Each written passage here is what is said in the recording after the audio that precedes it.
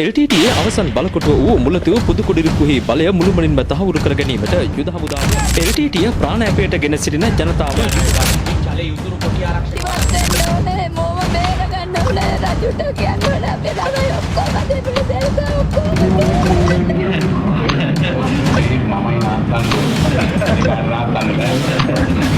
ප්‍රදේශ ගණනාවක බෝධ පුපුරවා හරි LTTE ශ්‍රී ලංකා මහ බැංකුව